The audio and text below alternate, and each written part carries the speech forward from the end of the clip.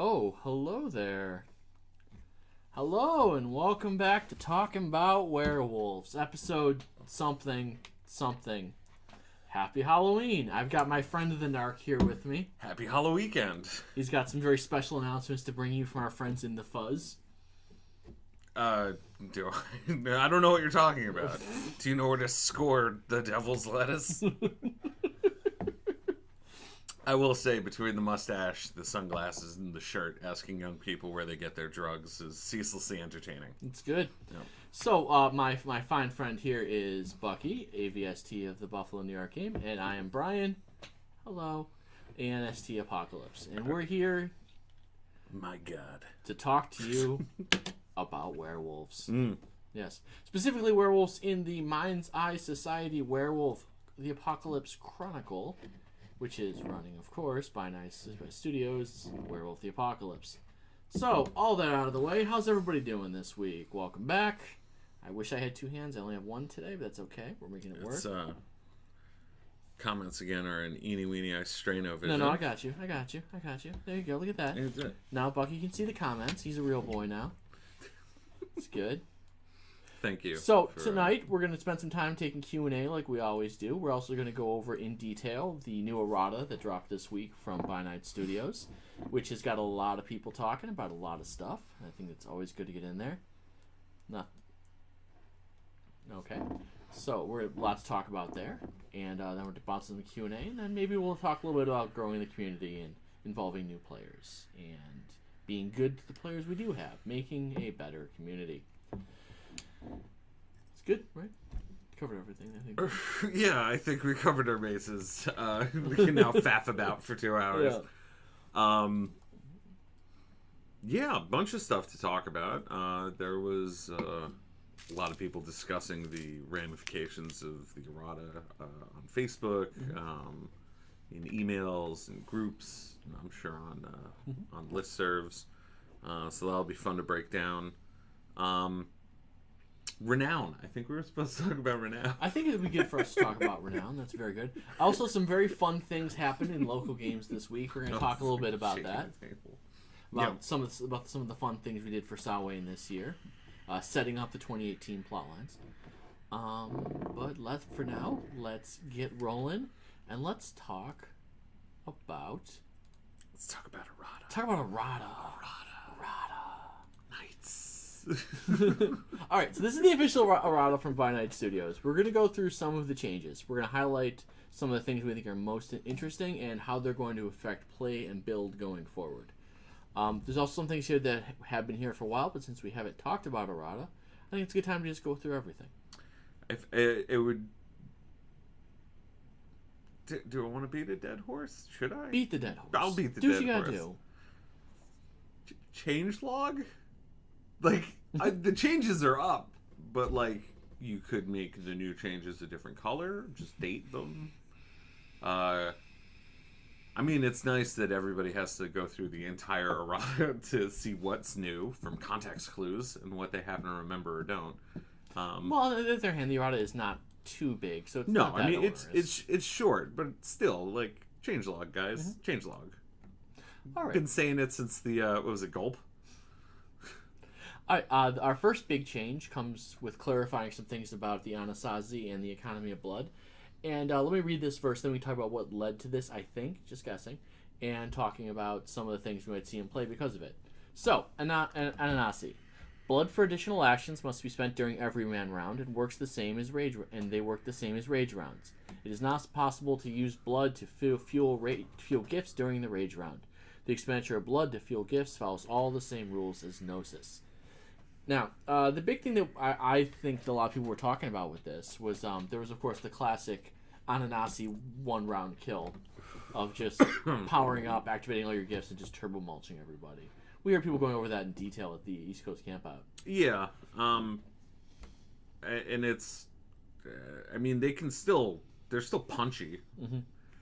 As well they should be. They still have a lot of downsides, what with not really regenerating and getting a rage track for free, but the other advantage of blood is they don't have to power up like werewolves do. They don't have that problem, so they still have a huge advantage round one. Oh yeah, they can still take 4 actions or whatever. I mean, It's still great. the same advantage that vampires have. Yeah. The celerity. Yeah. On round 1, your vampires are doing a lot more than your werewolves, generally. It's when the fight goes longer that the werewolves kind of take over, which is the paper rock scissors of it. The werewolves have to be able to survive those first few rounds, and if they do, they're going to slaughter the vampires. Right. Well, I mean, the biggest advantage they have is you have to kill them twice to kill them. Something people always have to remember is that damn rage heal. Yeah. Yeah. I mean, also something that where spiders can't do. No rage. No rage. No rage. No rage heal. But they do have basically, they're basically unkillable because they can go chatterling and bugger off. Yeah, but that's unkillable and an escape, which is a balance. That's fine. So next up, Gorgon's Gaze is clarified that this power only affects powers that require gaze and focus or line of sight to target you. Powers such as wolf senses do not get around this power. Mundane attacks such as firearms are not modified by Gorgon's Gaze. Yeah, which is pretty much what we were... I had argued that point a lot. Gaze and focus is a term of art. It's doesn't actually occlude punching people, shooting them, that kind of thing. I think the best way to think about Gorgon's Gaze is to set aside the idea that there's a Medusa-like person in front of you who you're averting your eyes to. That's not really what's happening here. So just using a fighting blind or wolf senses or acute senses hearing to get around having to look at them doesn't really affect the power. Because it's not really about looking at them. It's about a power they're using on you, same as Majesty or anything else. Right. I think there was some confusion about that. I hope this helps clear it up. I'm sure we'll get more questions about it. And of course, you can always just shoot them. You don't turn to stone. Right. You can punch them. You can shoot you them. You get a dodge debuff. That's similar to being turned to stone, but not actually being turned to stone. Friend in Needed Survivor changed places. This might be the biggest errata change I've ever seen out of BNS, and it's huge in its implications. So very quickly, Friend in Need, the Bone Gnawer gift, instead of being a rank 3 gift, is now a rank 5. And Survivor shifts from 5 to 3. So Friend in Need becomes one of the more powerful rank 5s, honestly. I mean, it still stands very proudly among the other rank 5s. And Survivor as a rank 3 is incredibly powerful. Right, if I was a Bone Gnawer, I'd be thrilled. If I had only gotten Friend in Need through Awaken Major Spirit and a Merit, I would probably be less thrilled, but I would still probably take Survivor. I mean, if that's going to be your thing of getting a bunch of health levels. But a lot of it was also used for Gnosis. Right. Awaken Major Spirit with Friend in Need and made the Gnosis subgame. I mean, just... Well, that's the thing. Beyond combat and health levels, it made the idea that there was a scarcity of Gnosis an absolute joke. Well, that is the big thing, and I'm going to pop back to comments for a second, is that Awaken Major Spirit isn't mentioned here, but that's really what this is all about. Oh, yeah. I thought that was abundantly clear. Yeah. Still crazy strong. I'm trying looking at them. So yeah, Gorgon's Gaze is great. Yeah. As well should be. It's a rank 5 gift. Yeah.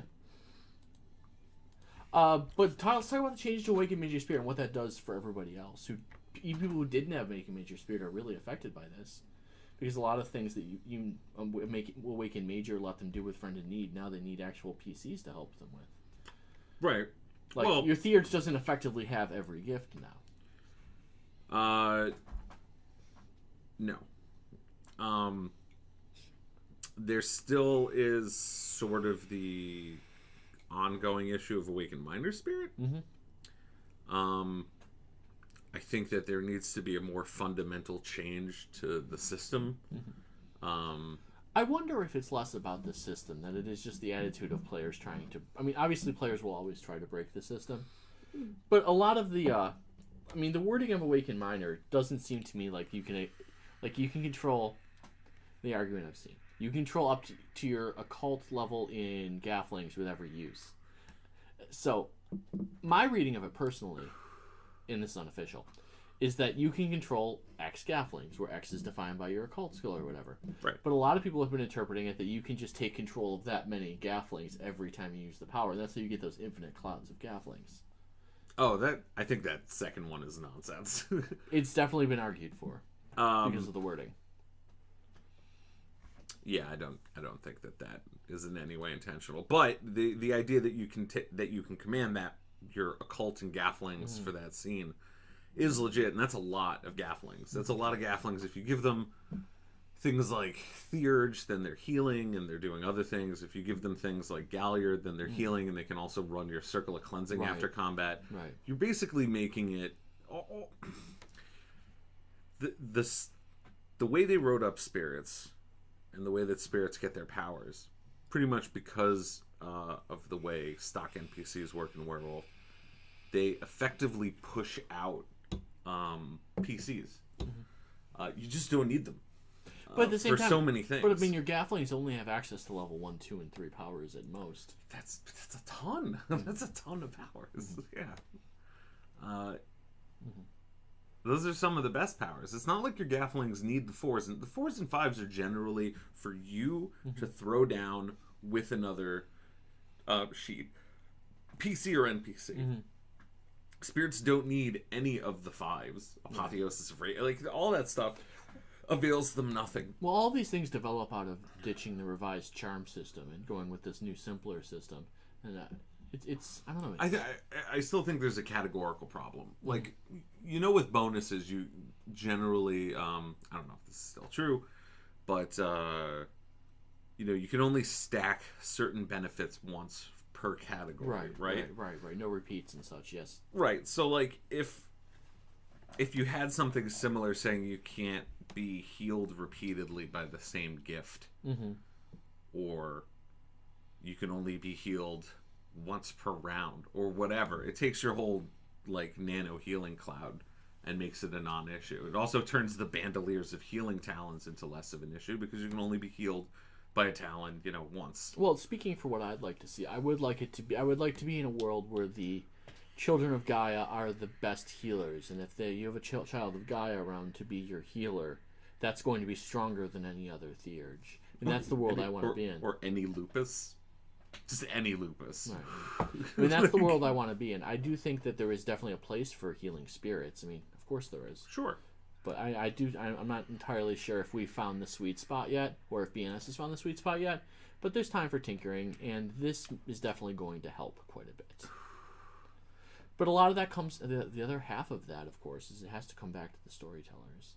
The storytellers have to become, if their players are abusing the spirits, like, these the 50 spirits you're dragging around with you to do werewolf things with probably have jobs they're supposed to be doing that aren't just walking around and healing you all the time. It does sort of put the whole role of werewolves as like the spirit ants who are supposed to be awakening spirits and tending to them on its head when it's like, hey, listen, chodes, I need you pulling support detail or I can't kill towering things covered in tentacles. So, I mean, it's something I think we both have tried to do running in local games, is try to create more of the sense of the spirits as actual beings as opposed to ectoplasm that shits health. And that's really something storytellers have to be doing. Shit's health, gnosis, quests, anything you need. It's yeah, I mean... Of course, there are a lot of benefits. Of course, the antagonists get all these same benefits, which is always the dicey bit. Well... But this is also predicated on VSTs doing the legwork to design antagonists who work well. Which, again, we ask a lot of VSTs. VSTs have to put a lot of work in to make these systems work.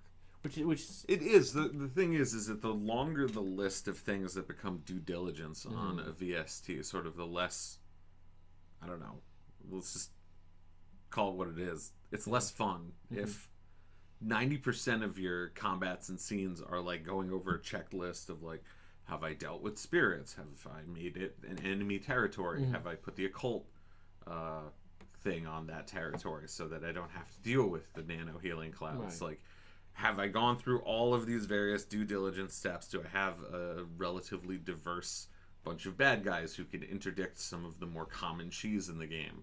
Well, I think my advice to storytellers on that would be twofold. One is you want to have some established packs of NPCs or antagonists who are competently built and intelligently to do. You know, just have them in your back pocket. Have them ready to go. They don't have to have names or anything like that, but you can put that in later as you need them. but you should have some stock sets of what your NPCs are going to be doing, what their actions should be. Put them on a card if you're going to hand them out to narrators. Yeah, and that's part one. I think the problem with that is that most of them don't survive contact with PCs, especially when... Well, I'm not saying established NPCs. I'm just saying... No. I mean, like, it's asking for, like, if you put them on cards and I would make them flexible enough that you can reuse. Because a lot of these just get destroyed by the actual players, especially once they get into the domain or convention mentality, where it's like 4 or 5 people are in a scene, they see maybe 3 to 6 bad guys. Right? And normally you'd be like, that's a pretty balanced encounter. It doesn't matter if we're talking werewolf or we're talking D&D or vampire or whatever. It's like, that'll be a fun fight. Yeah. No, that's not the way it works. The way it works is the entire game shows up and then crushes it. Right. And then it doesn't matter what they're fighting. Because if you have 25 PCs, there is no eloquently designed enough sheet that's really going to be able to do anything in the face of overwhelming PC numbers. Right. Really, to really effectively... in a larger game, to effectively get a dangerous fight, sometimes it feels like you have to create 2 separate encounters at the same time. Yeah. You know, but I think that's just the challenge of running live action role playing. Period. Is that when you have a large group, people are going to want to try to crush things. But the other thing I would say to storytellers to try to do better on this is, you can't hit these themes every once all at once every month. Of like the spirits are pissed off about this. Or some allies are pissed off about this. Local people are around this. Pick one. Do it every couple months. Just to create the sense that the players have to worry about this. You want to create the worry in the players that they need to give a damn about this. Not necessarily harp them into making them micromanage. I think that's a big part of doing better as a storyteller. Is just giving your players the sense you want them to have without making them micromanage everything every month. Yeah. That's a lot. I mean, yeah, you want to hit those beats. You give out spirit notoriety. Yeah, it's a big one. I guess, if you can. I mean, yeah, I think that's a tool a storyteller should go to more, honestly. Let's go back over here for a second. Okay. Take a bullet was changed, I think. Right? I'm not sure if this is... Add sentence to block, you have to be within 3 steps. I thought that was new. Yeah, and I'm not sure if this was new. I think it isn't, but... No, I don't know. Either way, this is really good. Paper butterfly, we're all sort of...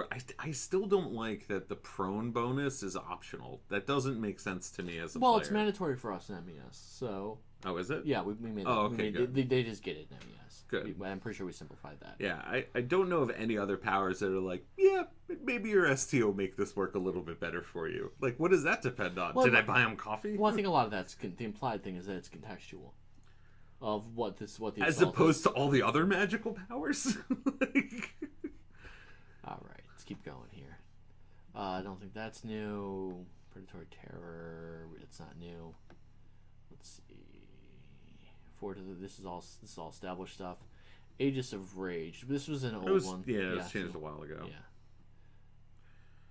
I think there was a list of what actually changed somewhere, but we'll get there. Oh, the shape-changing talking breed form thing? No, yes. Which is a nice thing. You speak your breed form language. Yeah. So if you're a lupus, you speak lupus to lupus kinfolk. Yeah. Lupus kinfolk do not, though, just speak English. Like, they can't just sit in on your meetings and like scratch their chin with their paws and be like, yes, I agree. Right. I'm not sure on the wording on this. I get the feeling that the goal here is that, and if you're in an animal form, you can communicate with other animal and other shapeshifters in that form. The big change is kinfolk. Kinfolk don't necessarily understand what wolves are saying to each other, right? And nor should they. I'm pretty sure. Right. Human kinfolk don't by default speak werewolf. Yes. It will just cost them between 1/2 and 1 XP. To speak werewolf. Well, no, werewolf isn't really language anymore. There's really nothing for that. The high tongue, it's referred to in some places. It's sort of in the book, but it's not really there as a mechanic anymore. There's no Garu. There's no hard mechanics for linguistics either. You just spend an XP point, take 1 or 2 languages, depending on your merits. I mean, that's fair. This is not a change, but I think it's important that they made this ultra clear.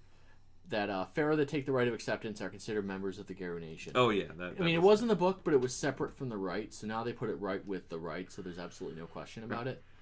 And I had a lot of talk with a lot of Farrell players about this. I've been kind of bouncing around the various Farrell groups. If I haven't gotten to yet and you have questions about that, I guess we can talk about it. Let me pop back to main screen so I can see comments.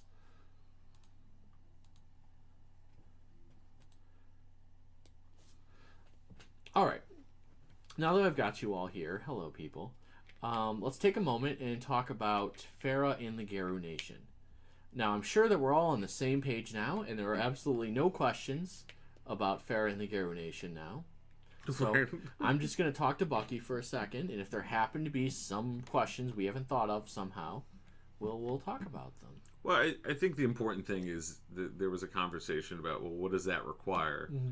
I was like, well, they have to follow the Garu litany, and people were like, they have to.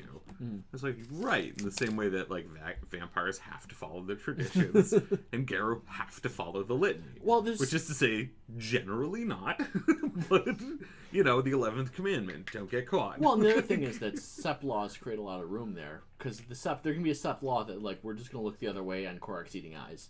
Right, like Korax and Ajaba can eat things. Because, you know, that's clearly what Gaia intended them to do. It's still wrong. We're still, you know, we're not I wouldn't do it. I wouldn't do it. But if they do it, that's fine. It's part of their culture. It's part of the... It's really the colliding point between secular Garuism and multi-ferroculturalism. Well, I mean, because the Garu are saying... I feel bad just saying this. No, I get what you're saying. Because the Garu in a SEP that accepts, for example, is Korax eating eyes, is that... We understand they're going to do this. We are not okay with it. It is still against the litany. But in this case, we're just not going to enforce it. It's still wrong when they do it, as far as we're concerned, but we're not going to punish them for it. The Wendigo never eat people. God, that was the most frustrating thing in their old tribe book, when they're like, we're not actually cannibals. We don't commit cannibalism.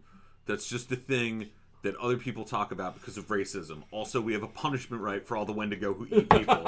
And it's like, come on, guys. Like, I realize that there's a lot of writers involved in every book, but try to at least hit thematic notes or subvert them, but do it consistently. I mean, I don't want to throw revised writers under the bus. At least in the old system, there were a lot of Wendigo powers that just were like, you know, this violates the litany. I mean, there was no... two ways about it. Mm-hmm. You were just eating chunks of them when you're using your powers. In the current power suite, none of that's really true. I mean, if you have Gnaw, it doesn't say if you use it, you're violating the litany. You'd have to like really put a bib on and go to town on somebody. Just really get in there. Right, and actually violate. So good news, of the people watching, there are absolutely no questions about Farrell in the Garu Nation. Not one. So I guess we've settled that forever. Let's move on. I mean, I'm not going to question it. I will say we're done. Flex your local game. Flex your SEP laws. Start using them. Go too far with them. Mm-hmm. Do whatever you want with them, because whatever you do will either make your game more pleasant, or more fun, or dicier, or cause some sort of Garu civil war. All of these are features. I would rather be interested in a more chaotic universe than just have people out of character complaining and be bored. Or maybe that's just my sentiment. People say they had questions, but I didn't see any questions, so we're going to wait to see if they have any actual questions. I mean, Brian was being facetious. Apparently, tribal council. What's it? Yeah, well, yeah. I mean, they're written in a deadlock. All right, and you've got two Okay, here's the thing. Kill or replace them already. I am like, for the love of God. Things you say that I can't. Just do it. They are not. Yeah, I'm just a guy. I'm just helping out my local game. Just kill them. What is the argument on Mother's Touch being usable on yourself? Since wording on Gaia's Touch says specifically you can use it on yourself. I've got no. That's a rules question. Take that to the rules fact. I don't have anything on that. You can Mother's Touch yourself. I mean, don't do it 3 times or. It's a sin. I don't know where I'm going with that. As far as I know, there's no penalty for mother touching yourself, but I don't have that rule in front of me, and it wasn't something I was thinking about tonight, so I don't have an answer on that. What was the other question? I think you could do it too. You could do most powers to yourself. Unless they say you can't. Unless it specifically says you can't. You generally, there's a bunch of them you don't want to do, but you could. When you were making talons, do they have the same restrictions as fetish making? The 30-day willpower law specifically for overrank fetishes? No, I don't believe so. And of course you get 3 talons at a time as opposed to the one with the fetish. Yeah. Can we quest for a new version that binds us to a cairn but not to a nation? It is something I'd like to do. Quest for a new version of what? Right? The rite of acceptance, I'm assuming what he means. So can the Farrell players quest for a version of the rite of acceptance that binds them to a seed cairn, but doesn't bind them to the nation? I mean, those considerations aren't mystical; they're political. Like, you could just get the tribal council to change the wording on something. I have an answer. I'll let you. Well, hang on. Up there with having a wizard did it. Finding a lost rite that solves your problem is also one of the things that I'm gonna say I hate most. Like, on the list of things Bucky hates, lost rites that like nuke BSD Karens or solve MacGuffins or like just are the panacea you need to solve. Give an example of what you mean by that, because that might not be clear to some people. Okay, so there is the temptation that storytellers to set up what looks like an intractable problem, but the solution to it is some sort of lost right or knowledge that you have to quest for, either with the system or you actually have to go out on an adventure, sort of the India style. Find a lost tablet, read it, and it will solve all the problems in the game. That's terrible. Like, it causes so many problems. Some of these rights are like, if these rights were that important, we would tattoo them on our children. Like, especially the ones that are like, is there a right that could just save the world or bring the triad back into balance? If there was, you would probably know it and say it every morning. Well, as he's saying, he's not looking for a lost right, he's looking for a new version entirely.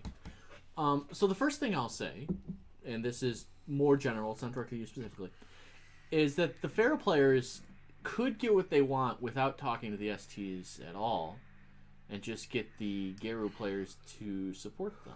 We solved it already with the Farrell receiving a seed cairn up in the northeast, and I think we're going to see some more stirring of that as we go.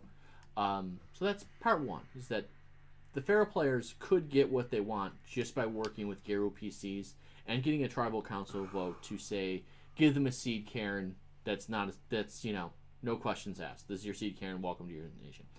That hasn't happened. But it could. It could. Yeah. The other question is, can you create a rite of acceptance that binds you to a seed cairn that doesn't bind you to the Garu Nation? This is a fine point. First of all, there are no seed cairns now that do not lead to cairns.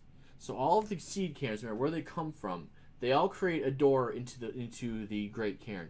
So whoever has a Great Cairn has a backdoor to Moonbridge into the Great Cairn.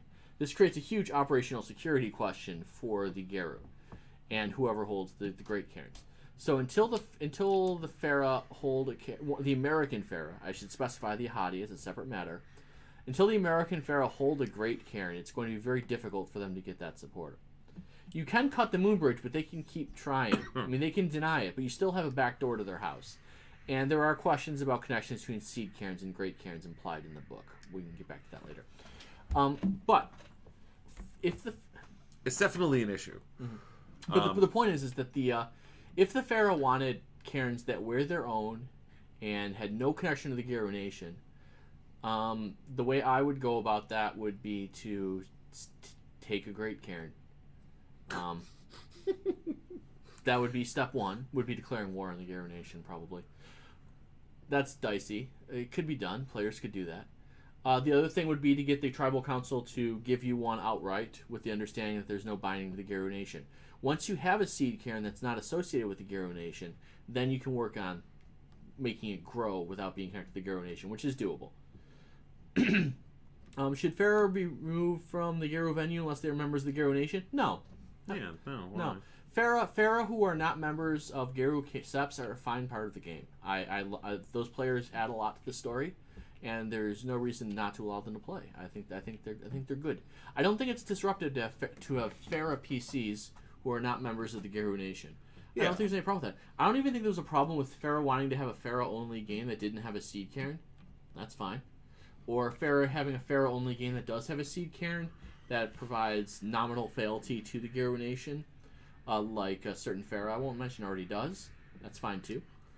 Right. The only places where those overlap, which is a seed cairn not controlled by the Garu Nation being allowed to exist by the Garu Nation. That is the dicey bit.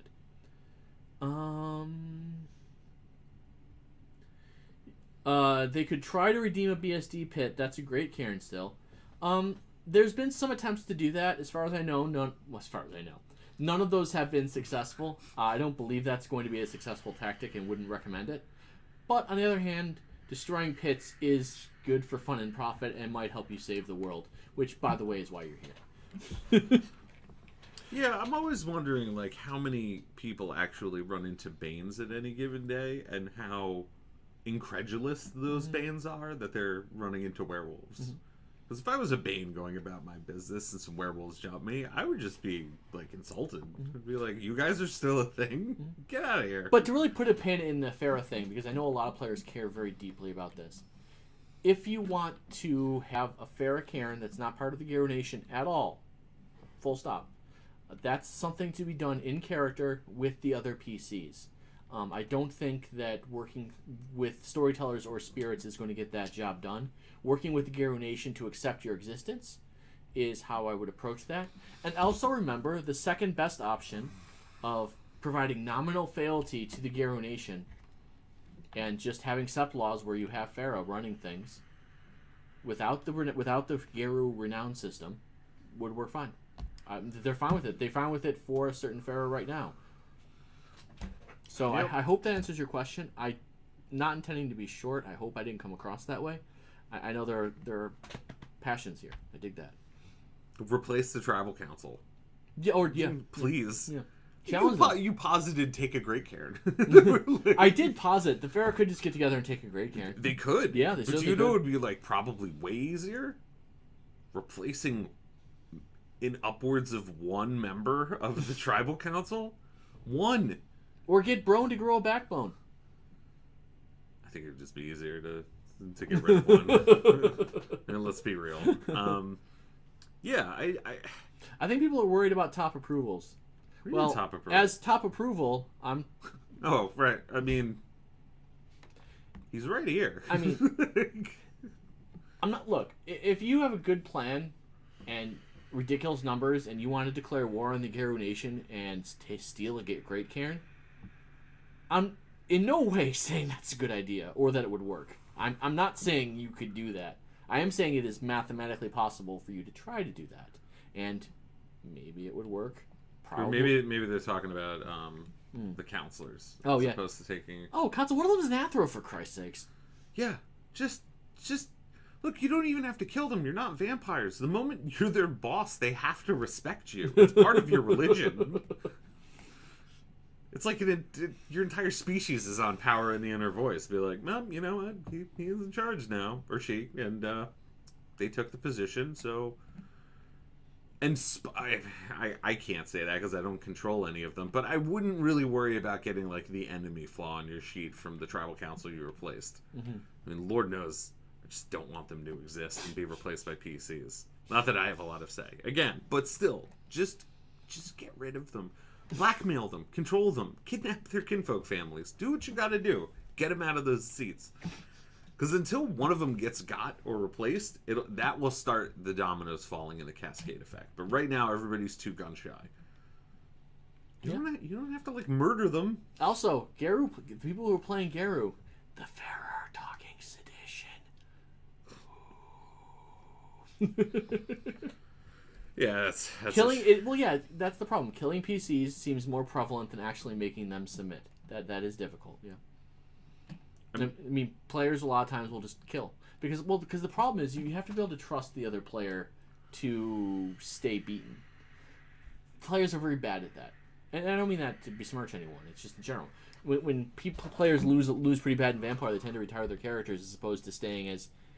If you're made into somebody's thrall, you're probably not going to stick around playing that PC just from experience. Even though I think that's a cool story. I hate that. Yeah, that is one of the worst habits. Like it's either I'm forever winning or I quit. Yeah, that's not role playing. Play video games if that's like legit. If you don't want to face any adversity, story, plot twists, or like any sort of resistance on your journey, there's other forms of entertainment. Well, I think what players often not forget, but I think when players see things are bad, they have a tendency to be like, "Well, fuck this noise. Things are bad," not realizing that things are bad is this part of the story arc. It's the important part. Things have to be bad for you to come out on top in the end. You have to let yourself lose a little bit so you can win. Well, and unlike in Vampire, where you basically have to bury the opposition or the person you're replacing, you can't replace like a prince and just expect them to be cool with it. Like there, you've earned an enemy, but that's because they're vampires. Like they're mortal, grudge-holding monsters. Now you're also monsters, but a very different type of monster that's mostly aimed at something totally different. You got to be able to lose a challenge. Go up on the mound. Win. If you win, cool. If you lose, also cool. It's fine. And this isn't... I mean, the players who feel like they have no choice but to kill box, I am sympathetic to that. I'm talking to the players on the other end of the spectrum who be willing to lose. Be willing to let yourself show submission. And I think if you demonstrate that, I think it's much less likely you will be kill boxed. I'm not coming down on players who feel like they have no choice but to kill box because somebody won't let themselves be beat. I understand that. But at the same time, every PC you kill is like 0.1% of all shifters left in the world. Yeah, there's not a lot left. Yeah. I mean, unfortunately, they are an infinitely renewable resource in an out-of-game sort of sense, in that, like, if 5 PCs die next month in the entire network, they may very well roll 5 new ones who were there the whole time. Yeah. But you can't play like that. Yeah, but in world, you're running out of people very quickly. Yeah, there's no like shovelhead equivalent, or just not caring about the accounting and making a busload of friends. Like there's time constraints, and like. Yeah, a code of red. Back that up. It'd be nice if you're given an opportunity to, Brian. That's not the case in MES. I don't know what you. Give me more on that. Fill that in. I'm willing to engage you on that, but you have to give me a little bit more.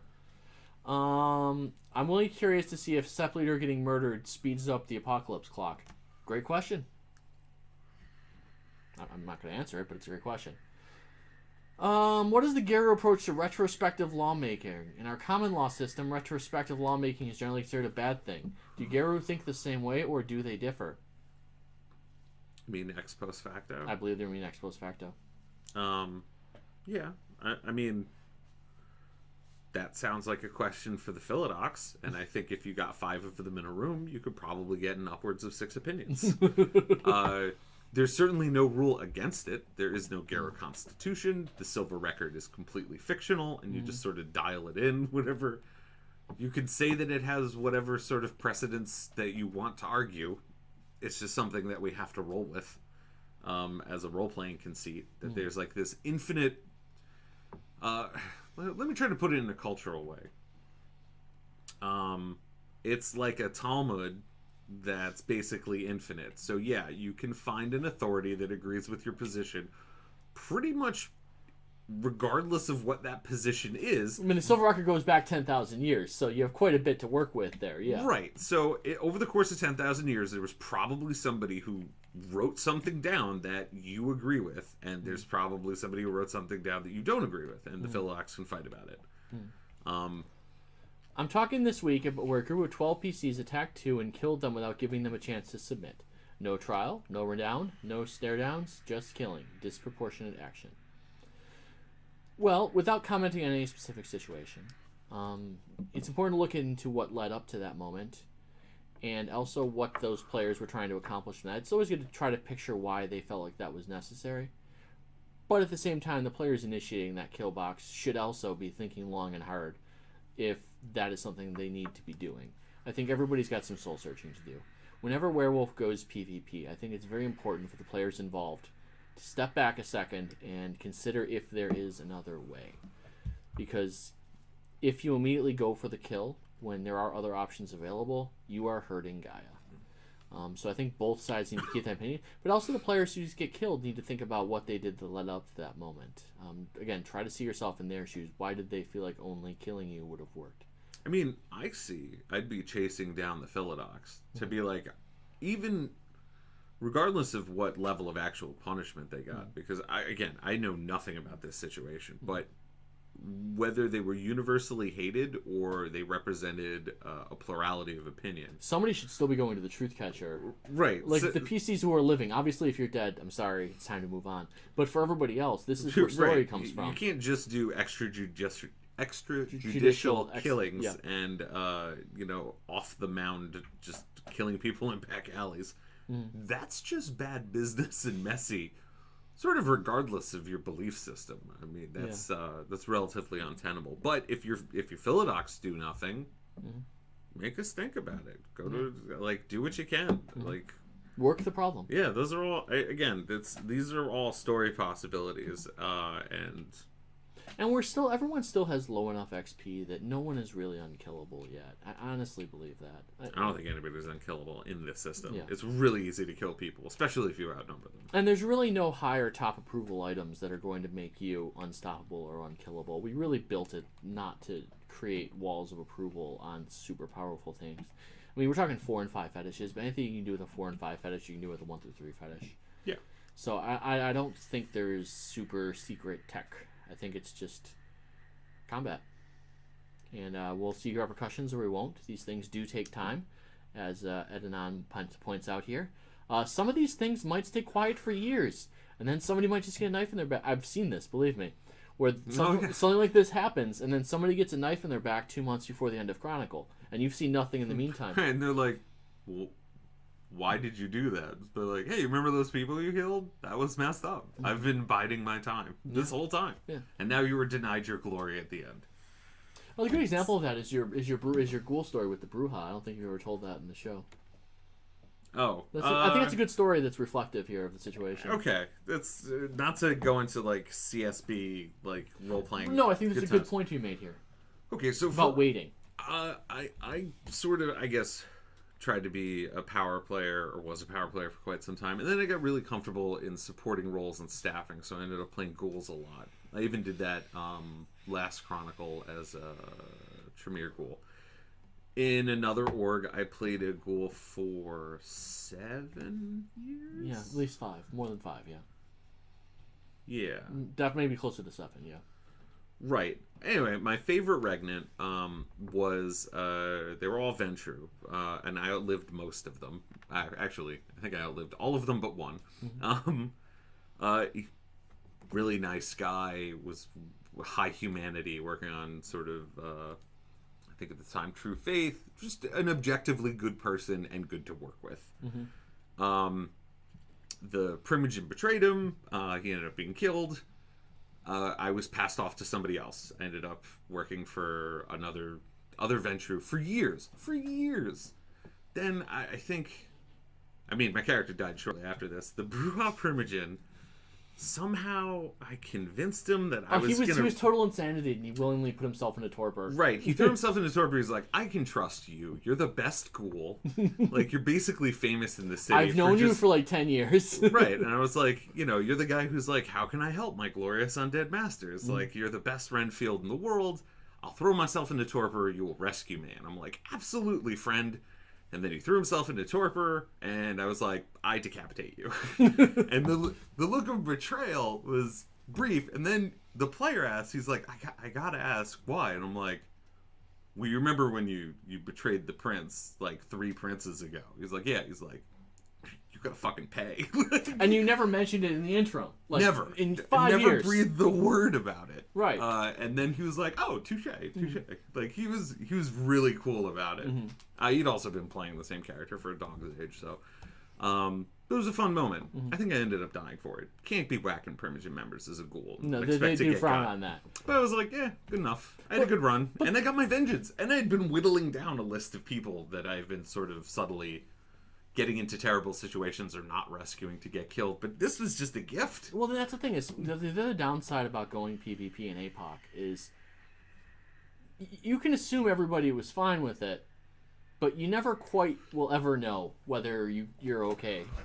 Like, because moments like that come up, and it might turn out that some guy you barely knew has a recollection of something that happened years ago. Yeah, just hates you. And just hated you the whole time. Yeah. And for the players who can't get their vengeance now, don't get pissed off. Just smile. Vengeance is a dish best served cold, especially if you're in the same game. There will come a time in a combat where somebody is like, you know, taking the bullet for another person, and everybody's rescuing everybody else and throwing healing talons. And it's one of those terrible situations where you're looking at maybe a party wipe and be like, no, you're not getting rescued. Just walk over to him and like be like, yeah, I'm using a healing talent, and tell the ST like, I'm not using a healing talent. Fuck this guy. Yeah. But yeah, I mean, at least great role playing moments is just wait for your shot. If you're you, like, but why? Yeah. I mean, try to get justice now. Absolutely, Sure. Absolutely work the system. But when the system fails you, and good news, the system will fail you at some point. Wait. Yeah. And I mean, those are fun. Yeah. The revenge story is a great story. A tale as old as time. Yeah. Yeah. Yeah. Good times. What do we got? What do we got on the feed? And then we should probably pull up Renown. Yeah. Although I'm not exactly sure what's really left. Said about I mean, Renown? we did talk about it in one of the lost episodes. It was how Renown works, how stare downs work, Renown's is retests, and positional Renown use. Right. And one question I see happening somewhat repeatedly. No, for the people who get killed, you're dead. That happens. I'm sorry if that sounds short, but you're playing an apocalypse. I get killed all the time. Every character is going to die. I feel pretty inured to it because it's a question of how usually you handle Brian. it. I'm sorry. Brian usually. I mean, especially for people who miss lost episodes who just don't know this. Yeah. Brian's characters tend to sell out and kill my characters. I've killed you, what, 4 or 5 times? At least. Yeah. I mean, we've known each other a long time, but I mean, like, fun old characters betrayed for... I think you betrayed me once for a minor boon. A minor boon, that's correct. Not even a major boon. No, it was a minor. And I got totally killed. Yeah. And I was like, for a minor boon, he's like, monster. I mean, I'm not going to lie and say that I'm a saint. There are kill boxes I'm still bitter about from 15 years ago. Like, there are kill boxes where I lost a 5-year character because I was going to the bathroom at the wrong time. I mean, I've got shitty kill box stories. Oh, yeah, no, that was bullshit. I'm sure everybody has shitty kill box stories, and those stay with you, especially if you believe that other PCs either did something wrong or there was a bad rules call. That's going to stick with you, and the hardest part is just move on. Bucky, let me make a PC. And let me come kill you. We can fight each other. See who wins first. Okay. I mean... you could probably win. Like, I nearly killed you last session. I took your ass out. Oh yeah, no, I was dead for the majority of combat. If other people didn't also put their sheets on the line to keep taking the bullet for me, or just physically interdicting and assisting defender, and because people were like, "Well, I decap him," and he's like, and other people were like, "No!" You were totally the honeypot that took out the rest of the party. Well, they kept falling down trying to save me, and I'm like, guys, I'm just a foster. You can. Well, and the fun thing about being like dead and still having awareness and being in the mind link is like, it's cool. I'm resigned to my fate, and they're like, no, we're not leaving a man behind. Like, how can you move on when people ignore the setting? Well, I think it's good when you lose a character, take some time away, let it settle, let the emotions cool a little bit. It may be that they actively ignore the setting. It may be that there's just a piece of the information you're missing.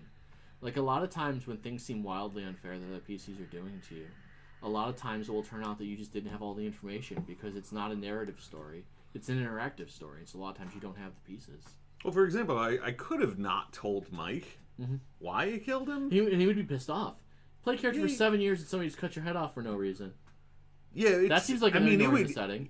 Initially, he was like, "That seemed really capricious. Is there a reason you did that?" Right. And you could have said nah and just walk off. And yeah, I could have. Yeah. But I mean, out of character. Like, a lot of my characters are dicks, or they're like just bad people, terrible werewolves. They're horrible. Right. In vampire, especially, like in Sabat, I mean, they're just awful. I still like to remind people that I'm not human garbage. And, we'll try to take that extra step at a game and be like, this is the reveal. And they can be like, his reaction could have been like, that's shitty. And I would have been like, I'm sorry. Like, I'm sorry you feel that way, but that was my motivation. There was a reason for this. And I've had people get really salty after killing them in games where they're like, I don't find that reason compelling enough. And I'm like, it was compelling enough to me, and that's right, what matters. yeah. I'm sorry that your character is dead, but I felt like you had to die, and that is hard sometimes for the other player. But at the same time, I still like seeing less of it in Werewolf than in Vampire. Like in Vampire, just expect it. It's sort of pro forma. I honestly find that a lot of like in MES, there's almost like an aversion to PvP I don't like in Vampire. Where I think that it could be more encouraged and less lethal in Werewolf, and it really just depends on players. I think Vampire has spoiled, in many ways, people's perceptions about PvP in Werewolf genre. Yeah, because there's supposed to be a lot of it. Honor duels is supposed to be relatively common, well, it's the and no longer to the death. It's the extrajudicial part, but remember, there could well be IC consequences, if not immediately and legally. Then long-term, somebody might put a dagger between their ribs for it. I mean, these are the things that play out over the course of a chronicle. So while it looks like they're winning now and they're never going to stop winning, and boy, it's good to be them, people do have a tendency to get got. You remember when we almost killed somebody during a convention for Sabat? We ended up, there was one point we were in just a hotel room, and we had an ST there. Oh, yeah. And there was like 7 of us, and I think you looked at me and was like, we could just roll them right now. And I was like, we're having a good time. And then we were like, nah, we'll let them live. Like, it's, as long as it's thoughtful, I don't know. But what I'm saying is those opportunities will come up. If you go to enough things, if you see the player enough, you just have to wait for the bad combat or your opportunity. Or you could be the story. You could be the person that forms the cabal to get justice and find like-minded people who are willing to form a boot squad. I don't know. Do what you feel. Like I said, let's not get heated about it. Take some time, think about it, come back with a new character that has nothing to do with this character, and move on. Everyone in this room who's playing an APOC character is going to lose their character. It's going to happen. You're all going to die. Probably multiple times. Full chronicle length characters do happen. Every game will have a few of them, and you may be one of them, but you may not be. Like, you're gonna die. Expect to die. Well, especially in APOC. Yeah. I mean, you're supposed to go out and into these impossible, terrible situations and then fight gloriously. Right. And in a losing fight. Vampire is a little bit different because it's usually Gehenna, and it's always next week. It's not this week. I like how they're not doing Gehenna this time. Yeah, which really cool. I think is great. Yeah. It does definitely send up the you're supposed to be immortal, and the end being nigh makes being a vampire basically immaterial. You're just a person with superpowers who's allergic to sunlight. Yeah. Like if that's off the table, if your long-term survival and absolute ruthlessness isn't going to be rewarded with centuries of doing your thing and wearing cravats. It sort of undermines the entire system. Yeah, absolutely. In my opinion. A code of red, I really have nothing more to say, unfortunately. I'm sorry if this is affecting you and you're not happy about it. Again, my advice is just take some time, consider the other viewpoint, and move forward. It's turned you off of BNS. There was a mechanical issue? No, it's it's acceptable for game A to roll over game B. Well, it's not for us to stop that from happening. It's not the storyteller's job to stop kill boxes. That's just players. Players are going to do that. And that's the story, is the Garu and the Gaians hurting their own best interests and continuing to lose the war, because that's what they always do. It's the story of Werewolf. And Scotland. And mostly Scotland. Scotland, yeah. For the history buffs out there. Yeah. The greatest enemy of the Scots. Yeah. Other Scots. But I really have nothing more to say about that. I'm going to move on from that topic. Sorry you feel that way. Yeah, So, Renown. It wasn't in Buffalo, so I had no say in it. Good job. People keep asking us to talk about Renown, and I feel like the Renown system is very straightforward, but if you want us to talk about it, what questions do you have about Renown? Do you have any issues with Renown that bugged you?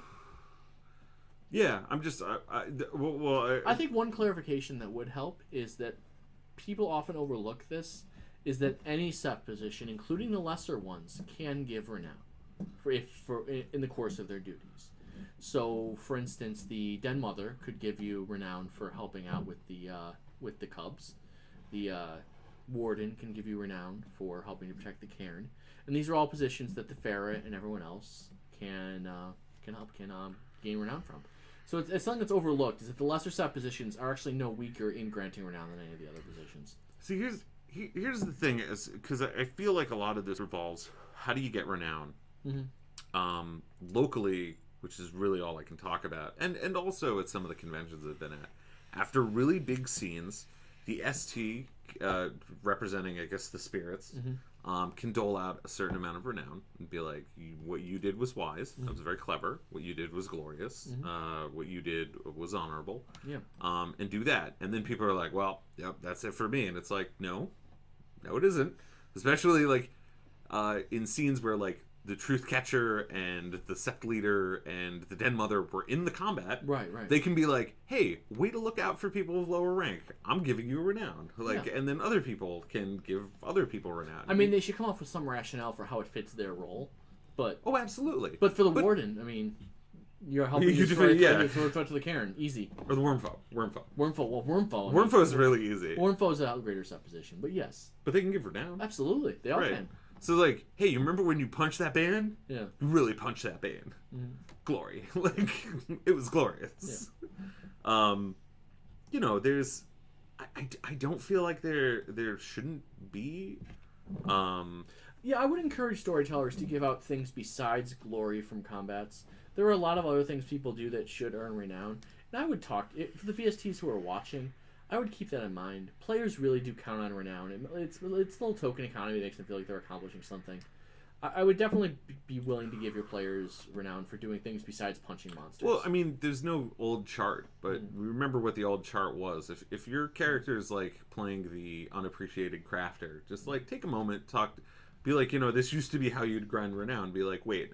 So what did you do? Well, I filled the armory with 700 talents. Like, I've made fetishes for the last 6 months, and that's pretty much what I've been doing. Could you throw me a dot of wisdom?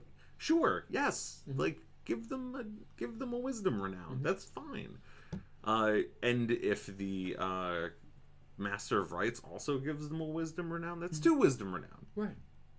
And a question was asked and answered for us in the feed, but I'm going to respond to it here, just so everyone hears it. Don't the positions need to spend Renown to give Renown? They absolutely do. But, of course, Alexia reminds us that you get positional Renown, your abiding Renown, which you can also spend. Oh, yeah, so absolutely. Spend that Renown so you don't burn your fleeting. So you're assuming you even need your fleeting. I mean, if you're an Elder, or if you're in half the positions, getting the Renown to actually rank should be relatively trivial. Because you only need, like, 3 to 5 for any given rank. Right. You cap at 5.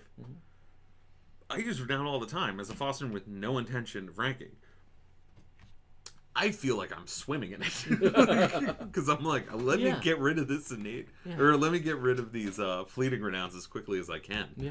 For various retests and stare downs. I mean, hey, you win a third of the time. There's nothing like telling somebody of higher rank to slough off. Yeah. And then they lose. And also you get your rank Renown as well. You have your abiding and innate Renown that do refresh. Yeah. And so... I have never run out. I have never run out of Renown. Yeah. It just... I feel like the opportunities to use it well don't actually come up that often. Like, you have to be at a certain type of game session. Like a moot-centric one or something like that, where you can really blast through a lot of Renown. But to get to your fleeting, you have to get through all of your innate that you're going to get back next session. End your positional. And then you have to be like, all right, I'm really machine gunning through my Renown now, so let's start burning through the fleetings. I feel like that's difficult. I think a lot of players don't recognize that. I think that's what causes a lot of concern in the Renown game, or people not feeling that they're not getting enough Renown. If you feel like you're not getting enough Renown, talk to other players about giving you Renown for doing things to help them. Say, for instance, to the Den Mother, I would be happy to help you. Could you help hook me out in response? Same way. And auspicial purview is an awesome one. Yes. Oh, I love auspicial purview. Yeah, yeah. How about, like, this is my job? Yeah. Back off. That's my favorite. Yeah. I will say that is my favorite use of Renown. Yeah. I've seen it used gloriously. I saw a Black Fury use it and be like, "Don't mansplain me. This is my auspicial purview." And I was like, "Oh, golf clap. That was great." Yeah. And the other thing, which I think, number one weapon fair I have is purview. Absolutely, yeah, that's very true. It's very cool. Yeah. I find the best purpose of moots. I mean, there's a lot of flexibility in the moot system that I think we're all starting to explore more as the Chronicle rolls on. My favorite thing about moots is always it's the opportunity for all the characters to sit down and actually exchange information with each other. Like the Council of War moot to me is always the most effective. Like, because there's always something one pack knows that the other pack doesn't know, and then they both say it to each other finally because they're at a goddamn moot together, and all of a sudden the pieces click into place and the story moves forward. I love that, and I think that's, for me, my favorite thing about moots. Nothing to do with the Renown. I mean, moots are punchier. They do stuff. They deal with. I mean, you should try to have some of them to deal with Hirano.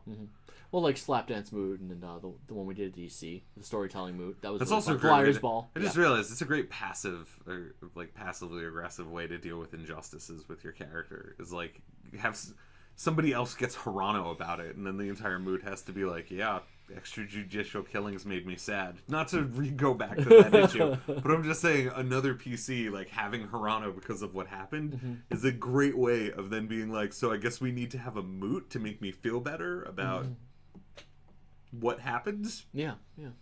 That's kind of fun. There's opportunities there. But yeah, no. There's a lot of fun stuff. If your local game hasn't run one of the moots yet, I would encourage your storyteller to try one of the fun ones. Just give it a shot. Yeah. I think it's a different way to make a session go by. It doesn't have to take your whole session. It doesn't even have to take half your session. But I think it's a fun thing to get all the characters in one place and role play off each other. And I think great story comes of that. And I think it's just good. Yeah, it doesn't always have to be Monster of the Week or the sort of. It doesn't always have to be so goal oriented. Sometimes you just want to let players play. Yeah. Have meetings, talk to each other. That is always the danger for werewolf storytellers. Creating too many urgent threats that the players feel like they have to deal with now, and you don't leave them room to socially roleplay. It's always very difficult. You have to remember to leave them room to do that. Yeah. Even in, actual warrior cultures, letting off steam and decompressing is hugely important. It was known even in the most ancient times. You gotta be able to go home and to unwind. It can't all just be fighting. So that's the thing. Yeah, and monikers is more tied to moots than the actual Renown system. The glory honor wisdom you really should be getting through the natural course of play just by doing your job. And again, I would remind other players that they have this power, and that's kind of important. I wish you could come to my moot. Aww. Our moots are pretty okay. I mean, I like them. Well, they're having a moot. Whoever Black Wolf 87 is, they're having a moot, and it's going to be legendary. It's going to be legendary. It's going to be legendary. All capitals and 6 exclamation points. I'm sorry. Alright. It's going to be legendary. Wherever that game is. Wherever that is. Saturday. This month. Legendary. Be there. You'll pay for the whole seat, but you'll only need the edge. Oh, first moot in Cincinnati. Yeah, Cincinnati, you guys finally just got your Cairn seed. Good job on that. I'm glad to see the Cincinnati games doing well. Kick ass, guys. Yeah. Go Bengals. Meanwhile, Judge... I got a lot of love for the Bengals. Judge Jitsu says they're going to have the trial of the century at their next game. Of the century? 20th century had several trials of the century, but I love good Philodox play. It's the one thing I regret about being a Ragabash is that by not being a Philodox? Yeah, it's just not being a Philodox. Being a Philodox opens up just so much good RP. It's because you're a lawyer. Yeah, I get them. I mean, I feel it. I don't know. God, wolf lawyer. Corporate wolf lawyer. Yes. Yeah. Yes. I can't say that in that voice. It's rough on the pipes. So is there any other sort of Renown issues that we're not? I would have liked to see better stare down challenges, but they're okay. I think I'm happy with the stare down system because it makes it so that the social characters don't just dominate everyone. Like just because you can throw a chop in a variety of different ways. I think that opens it up to all characters have a good chance at that chop, which is cool. It makes it more exciting. Who's going to win that stare down? Yeah. Remember, nothing wins like winning. No. Again, as a lowly foster, and you win that chop, force the retest, and win it again, and they're just like looking at their shoes, like, well, I guess I have to leave. Fine. It's weird, and again, there's the cost to the like risk reward benefit of staring down somebody else is relatively low. Like, there's not a lot of risk involved. You might irk somebody. I also think players are not scared enough about spending their willpower. Players, oh god, you should never spend. I'm leaving. Basically, never spend willpower. Most people don't understand Buffalo as Murder Island. Like, going to conventions and seeing people, like in the Sabbat game, for example, during one of the Game of Instincts, people were just burning through their willpower, and I'm like, what are you doing? I'm like, we could be attacked at any moment by the pawns of the ancients. How dare you? We were in a Game of Instinct. There were people down to like 2 and 3 willpower, and I was like, and they're like, what willpower are you at? I'm like, max. I was like, oh, I didn't succeed in that chop? Well, I guess I lost. Yeah. No, people need to be a lot more conservative with their willpower spends. It scares the crap out of me. Yeah, no, Buffalo New York's a good game. We've had some trouble now with shifting to a new VST, but I think we're going to be okay. Chris Pittman's a good guy. He's going to be a great venue storyteller. The last session was really great. Yeah, we moved to a doubleheader format with Sabbat, and I think that's really going to help us out. Yeah. So, yeah. Like a lot of games, we had trouble with it. A little trouble with attendance after the reset, but I think that's fairly normal. But I think we're starting to recover, so that's good. People can have their friends just make a chin gesture to refill willpower. No, they get 1 back. It's up to the storyteller to refill. Yeah, them. Storytellers can refill you, and they shouldn't be after every combat or every game of Instinct. That's garbage. Yeah. I mean, I'm not saying you should rocks fall and kill all your PCs all the time, but don't refresh their willpower needlessly. If another player's like, you can get 1 back, cool. So for the rest of the session, you can be at 3 willpower from 2. I mean, I'm not saying I hope you get murdered. I think the only time I've ever offered somebody a full refresh, like since BNS came out, was just somebody went balls to the wall in a scene and just impressed the shit out of me, and it was just an incredible scene. And I was like, okay, I'm gonna fill you up.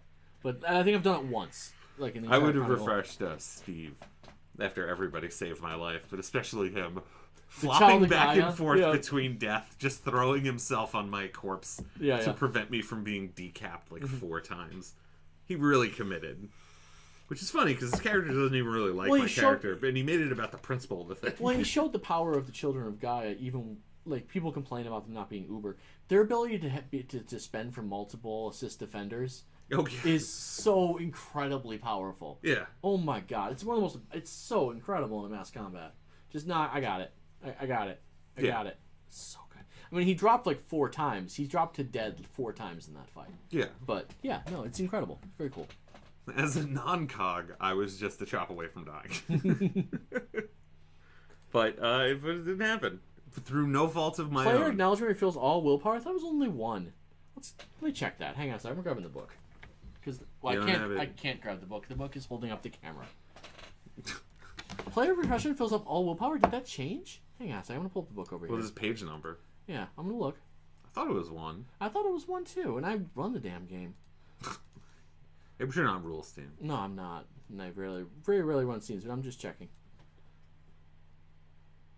I just cut and pasted it. When another player impresses you with their role. That's insane. Wow, that is too much. I'm looking at that right now. You the player? Or is it talking you the ST? Well, yeah, because storytellers I know have the full refresh. Hang on. Oh my goodness. What's up? I'm so itchy. Oh, well, just fill the air for a second. This has just turned into an ASMR video. I'm going to get real close to the mic and scratch my neck. Just keep scratching that neck. Oh. Yeah. I remember when I found out there was a term for people like me having misophonia. Because, my God, I can't stand those videos. I go from 0 to just rage-filled. I don't know what it is.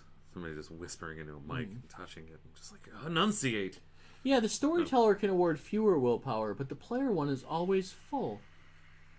Huh. That's backwards. That's very strange.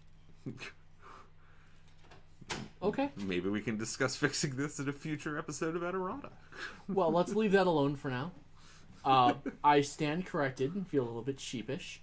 Yeah, check it in Vampire too. I'm not sure if it's the same. If it is the same, only once per session. Yeah, whatever. You're filling somebody up 7 willpower. That's all they're going to need one session. Generally 6, but yeah. It was good scratching. Thank you.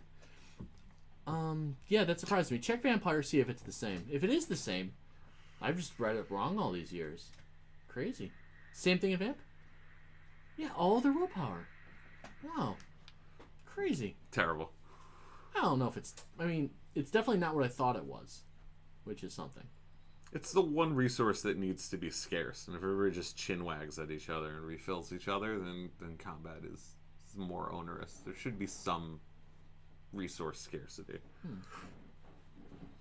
It's strange. Yeah. There's shenaniganizing going on in the background. Oh, yeah. Yeah. Happens to the best of us. Our executive producer was just wandering through. Yes. The thing, Buffalo's been hoarding it for a year. Yeah. Look at us with our stingy willpower. We should be opening it up to the wider world of spending willpower constantly. My God. All right. Well, moving forward off that awkward moment. Still won't do it. Still won't do it. It's the principle of the thing. There's a chance somebody doesn't refresh me and then I die. Yeah.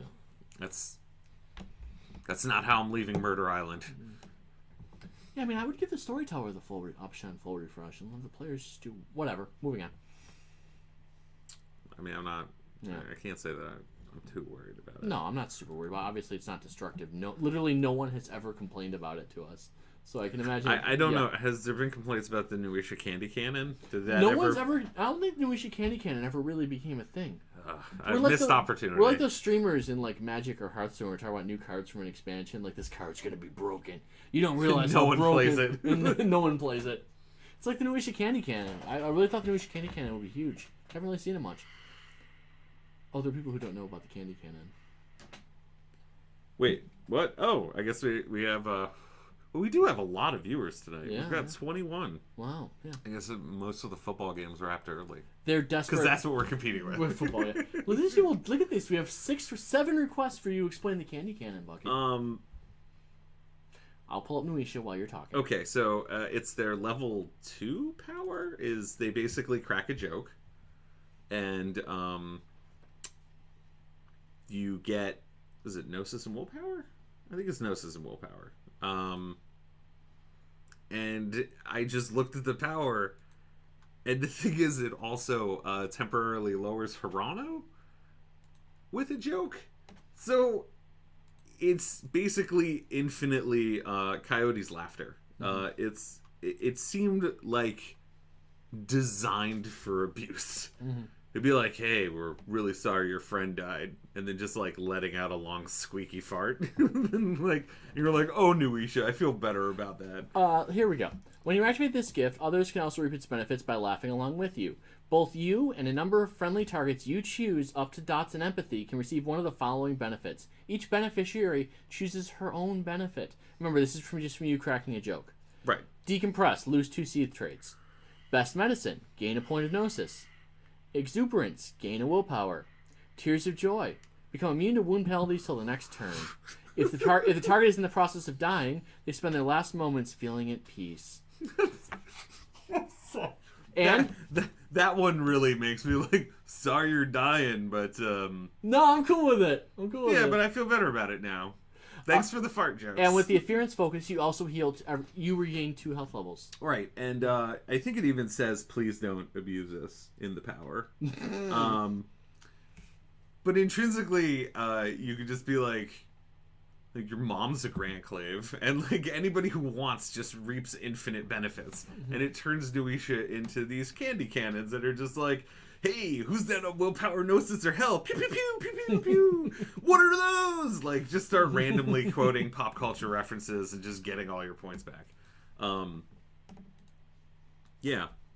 That's the new issue Candy Cannon. Oh, you have a new issue who does the Candy Cannon. Well, I mean... You do have to crack a joke. The storyteller determines whether it was funny. The storyteller determines... See, this is where it gets weird, because then that becomes a challenge to make your storyteller, like, you should do it when they're drinking something, especially. And that way you know if it worked, if soda shoots out of their nose. And this way they have to award you willpower or noses, because they can't be like, that wasn't funny, when they're covered in, like, Coca-Cola. They had some other stuff, too. I don't remember what else it was exactly, but... The new issue Candy Cannon did have more elements than just Coyote's laughter. I mean, that was the big That was the core of it, though. The core of it is that it doesn't cost them anything. No. Just gotta crack a joke. Yeah. I was trying to come up with one for each tribe. Of just, like, a deep well of tribal jokes. And the classic one was Silent Striders, as being a new Isha at a convention game and finding a Silent Strider and just being like, hey, I heard from somebody that you've really been disrespecting Owl. And then, you know, the response you're waiting for is like... Who?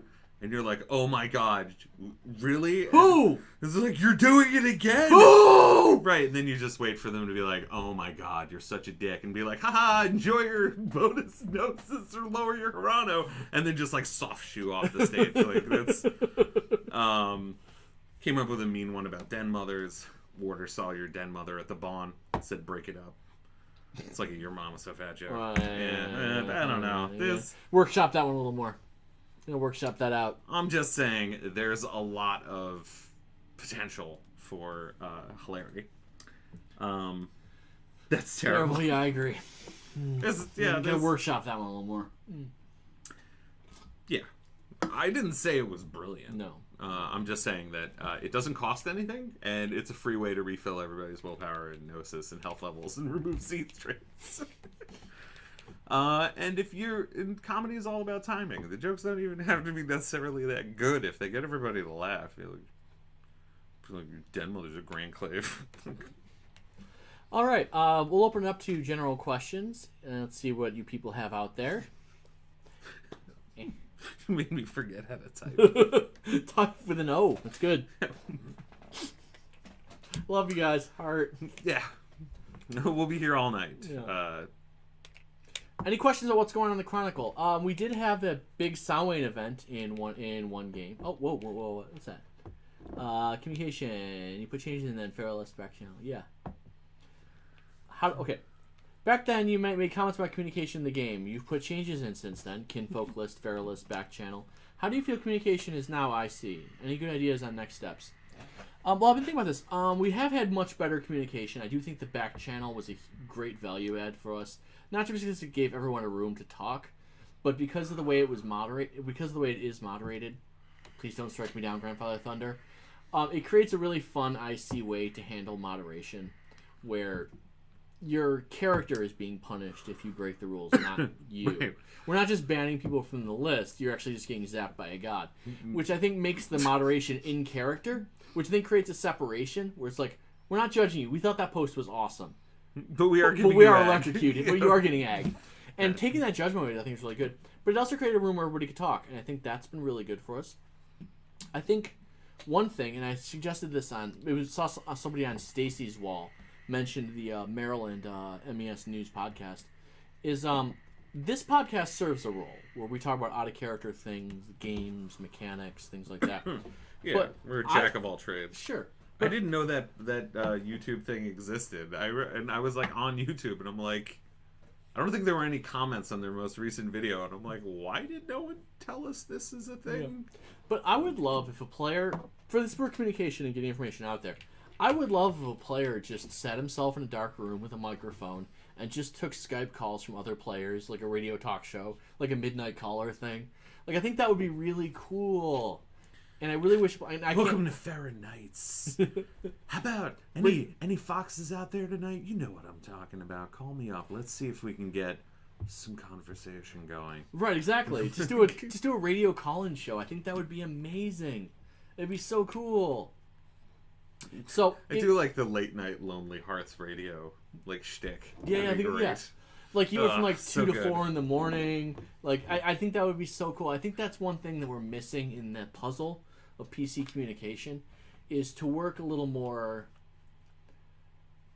energy, like live action energy into it. I think that would be the next step from where we are now. I think this segues into something I've talked about for a few episodes, and I actually looked into.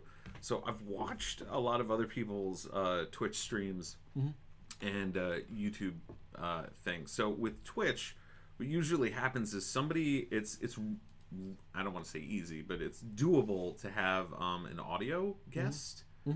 But you need another chat client working for video. Yeah. And that would probably bork our lost frames pretty bad. Yeah, this computer is barely able to handle the little we're doing. Right, but it is doable in YouTube and a lot of different like politics, religion, although like the best and worst of YouTube has people live streaming in groups. So maybe we'll try to do a YouTube live stream where we can have more heads in frame, and then start inviting people who don't have to physically be in Buffalo sitting at this table. Yeah. But if people wanted to do something like that, like if there was a midnight Lonely Hearts Coyote radio station, with decompression, I like that. Yeah. I would totally support that with NPCs. I would have my staff or myself call in with NPCs once in a while, like a tribal counselor calls in to talk, things like that. I would totally support this if somebody wanted to put this together. I think it would be really cool. I mean, you'd have to be somebody who has a nice, smooth radio voice. Yeah. You gotta have that. I will volunteer. I can do smooth radio. I can do smooth radio voice all night long. You believe that. Let's see. What would you say to the idea that Pokemon-style spirit summoning is abuse of spirits? I would say you just stated something that is true. Obviously, there may be situations where Theurge has to go Pokemon because otherwise everything is going to shit.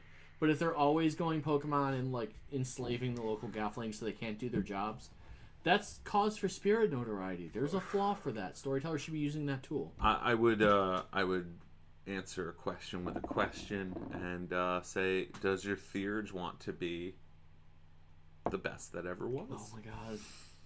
You guys never talked about OTK Devil's Night theory crafting.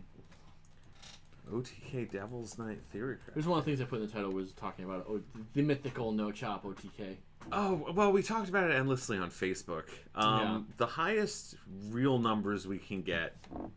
Well, let's contextualize first. The white whale is using no chop mechanics, kill someone in one round, round 1 of combat. The tricky bits are, the complicating factors is, you cannot throw a chop with anyone. No chops. Right, so none of this, like, you previously coup de grace them, or you previously fatal flawed them, like, no chops are allowed. Now, things you do pre-combat that have no chops involved are fine. But you can find other things to buff you up that involve no chops. Right, you can be like, well, you need to be at 8 rage for that. Be like, that's fine. Just have Stoke Fury's Furnace on the sheet, and, like, I can do that. Well, you can't starting at 8. You really can't do it because you lose rage out of combat. So you would need a friend. You need a friend. 2 people stoking. I don't think you meant for multiple stokes. I don't know why not. Doesn't say that. Okay. At any rate, the idea is stoke you. Have a friend stoke you. Everybody's stoking everybody. But the mythical kill here is minimum 9 egg damage, 9 damage the first strike. They rage heal, followed by 6 damage on the second strike, all with no chops. There's a gift that keeps you from losing rage for 5 minutes. Cool. There you go. Or you can be Rokea. But no, you need to get a Black Fury for this, for reasons we're about to get into. Okay, so the easiest way to do it is you have a big honking gun. Doesn't actually have to be that big. I think you can do it with a rank 3, 4 weapon fetish, or you can do it with a rank 3 fetish and a rank 2 fetish. You don't need approval for any of this. What you want is trick shot on your sheet and unerring on your gun, and you can have a duag. It doesn't really matter. You can kill werewolves with regular damage. I've seen it happen. Pump your rage. Have arrows of Artemis. You're doing 2 plus 3 from rage plus 1 from avenging, so you're doing 6. Right? On your everyman, you do 6 no chop with trick shot. You apotheosis of rage to do 6 no chop. You spend a gnosis also on the everyman, so that at the top of the first rage action, because of the way unerring's written. Now, I don't agree with this interpretation of unerring. It's clearly unintentional. I mean, and if the rules people or the original writers are like, no, we intended that, don't say that. I will not buy you a drink if you tell me that. Like, it is a good way to make sure that you earn my ire. But it's that you spend a gnosis in your next attack, whenever that is. There's no chop. So, but the problem is if you vent your rage down, you have no rage 1 action. No, because if you have, because you only go from, I'm just saying this gets you explained. Oh no, right. Normally you would drop to 2, but if you have the focus, you only lose 4 rage, so you would drop from like 8 or 9, because you need Berserker on the sheet as well, so you're not at that high rage, and you're like, guns are dumb, and you throw it to the ground. So you still have enough bonus damage without a chop to theoretically fill all the wounded that they just got. It's not a true 1-hit kill, but it's close. It's like a round and a half. And it will kill people who aren't in Hispo and stamina focus, but even them it will kill if they're naked and not running. Well, there's still a chop there. Because your first chop is trick shot, right? There's no chop. It's trick shot. No, you can't trick shot twice. Apotheosis Rage. You have another everyman action. You get another attack on the everyman. By current rules, you're correct. I don't know why. It doesn't really matter. It's just, I mean, you can't. You can only Apotheosis Rage if with rage, so it's not something you can abuse or You could do it twice if you're a red talent. Yes, red talents trick shot is specifically once per round. Thank you. Well, yeah. Well, right. No. So you trick. Right. Hang on. So you trick shot. Wait. You can't trick shot the second attack, Buggy. I was pretty sure that he was right about this. Because the problem is right now you can only do 6 plus 6 with a chop in between. Well, you could do 6, which means it fails as a no chop OTK. Okay, so fine. Well, on the everyman you can do 6, and then on the first rage action you can still do 6. That's still 12 no chop. Right, so you can do 12 no chop. No question you can do 12 no chop. It's getting to like 15 no chop. That's it's still not a kill because all you've done is trigger a rage heal, and now they're probably. Well, yeah, but that's true. I mean, you can't. Because you need to do 9. You need to do 9. Well, you need to do between 9 and 12 immediately. Right. Cause a rage heal on the everyman, and then somehow also kill them on rage 1. Right. That is not possible as far as we can tell. I have not found a combination that gets you 9 plus 6. Yeah. No chop. So. So the moral of the story is that the golden goose of the round 1 no chop OTK. Well, okay, hang on. Don't get me wrong. 6-ag no chop, followed by a chop, followed by first rage action of like 4-ag no chop. You have ruined someone's day. Between the everyman and the first rage action, they have taken 10-ag with an option on 16-ag. Consider this to be a check to see if they bought survival. Right. This is a cup check. Or if they're a Garu at all. Right. Because if you don't have This is how I detect form. Yeah, this is... I don't have sent the true form. What I do have is this rifle. And I put long range on it. So I'm going to start checking everybody's form within 1,000 steps or half a mile. So I'm 998 steps away. I see someone I don't like, and I'm throwing 6-ag no chop, 6-ag with a chop, and then first rage no chop, 4-ag. Yeah. That's a hell of a cup check. That's a little bit more than a love tap. But the no chop OTK is just something that's fun to talk about. I don't believe it's achievable. Negating talent to prevent rage heal? Negating survival? No, because I think you... I don't think it works. Hey, since you specify no previous chop, have your coyote start combat by asking, did you have survival on your sheet? I'll tell you this: if you say it between the everyman and the first rage, I'd laugh. Yeah. And then I'd get some gnosis back. Yeah. Kitsune can rage heal specifically. Yeah, Kitsune can rage heal. Where spiders can't, also just kinfolk, vampires. There's a lot of things in the world of darkness that can't rage heal. I would say the majority of things in the world of darkness can't rage heal. Yeah, and it might not be a true one-hit kill, but it's that tech, that Black Fury, the mega damage of the Black Furies that has been a thing since the inception of Werewolf is still a thing. Black Fury have always had absurd DPS, just insane deeps. That's what that tribe's always been all about. So there's no change there. Yeah, but it's a hell of an opening. It's a hell of an opening to a conversation.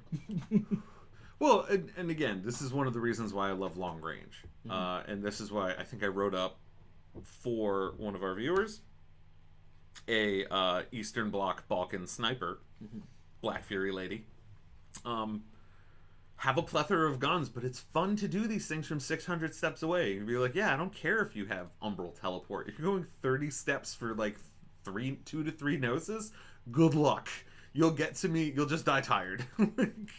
They might be able to escape, but also as a Black Fury, you should be doing this within 1 to 3 steps of your own Curse of Aeolus. So just a cloud on top of a building killing things. Also, we did add emotes to the chat, so feel free to emote away. Yeah, for instance, long range is your friend. I see a lot of people Here's me emoting here, as you can see. I mean, long range is there you go. Contextual, but guns, especially guns that aren't fetishes, it's one of the reasons in the combat primer for the neonate Toreador out there who should be nightmarish for werewolves because they also have trick shot and they don't need merits to deal silver damage and all that. Right. Just be in your crow's nest and have a bunch of guns out. Dropping a gun's a free action. Picking one up's is simple. Shooting it's the only time you need your actual standard action. So just have a plethora. Just like, all your various things. Knockback and incendiary for vampire problems, long range and silver for werewolf problems, etc. Yeah. There's always a sense that storytellers frown on insane power combos like that, but I mean it's okay. Here's the other thing about it. If there's enough Fomori out there, there should be enough Fomori with Ragabash, who then all have blur, trick shot, and a bunch of other tricks up their sleeves at stock 3+. And they should be using silver, because why wouldn't they?